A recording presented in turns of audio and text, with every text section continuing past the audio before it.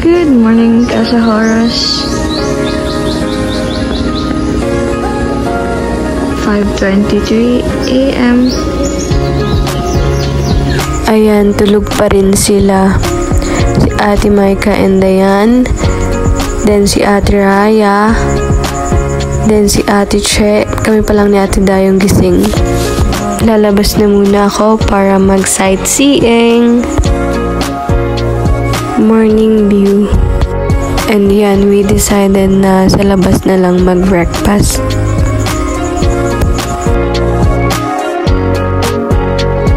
Ayan nga, kahit umaga na may moon pa.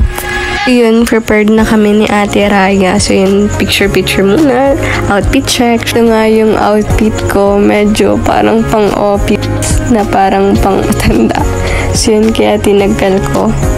Ayan, ginawa ko na lang siyang palda. Then we decided na pumunta malapit sa dagat para mag-picture-picture. Walang katapos ang picture-picture.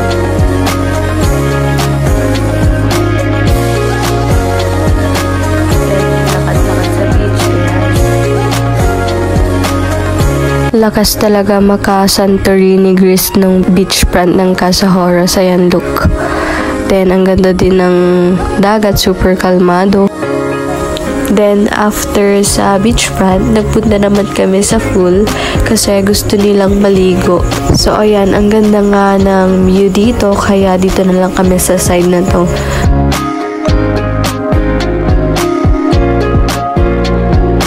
We take solo picture, then groupie.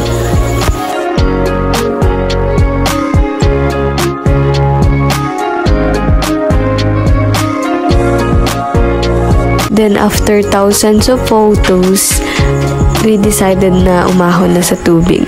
Pero hindi pa rin nagpaawat sa girl. Ayan, todo pa cute pa siya. Pictures, video.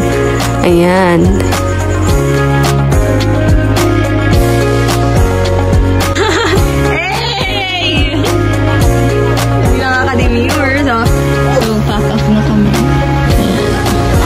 After naming magbanlaw, we decided ni Ate Maika na sumilip ulit sa beach for the last time before kami umalis. So, tara, let's go!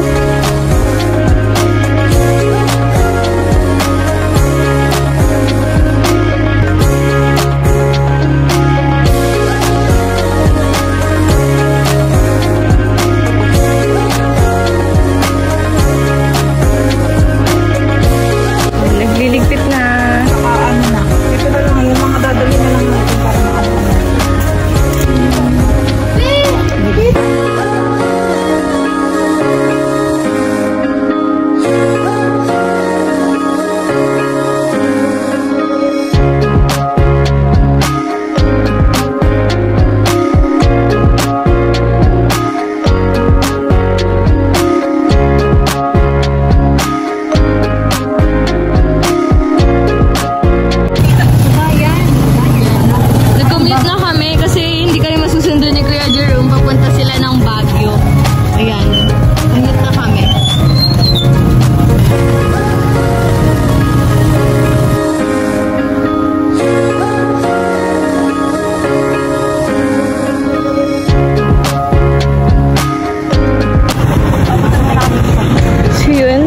Hinatid kami ng truck dito sa palabas.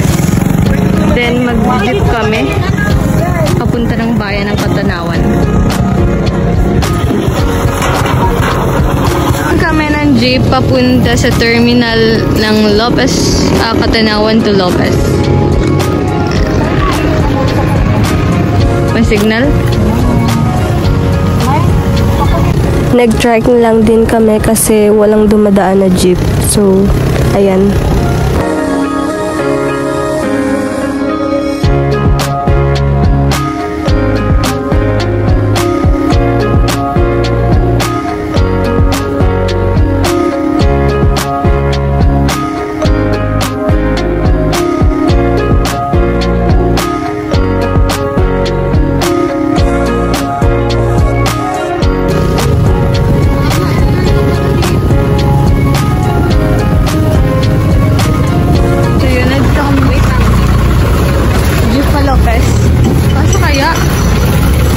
Ay, kasa naman. Kung gaano nga kami kaluwag sa van nung pagpunta namin dito, kabaliktaran naman ng pag-uwi namin kasi commute na nga. So yun, ang daming sakay. We're here in Locos, Quezon. Kakain muna. Mga gutom. Hindi pa naglalunch.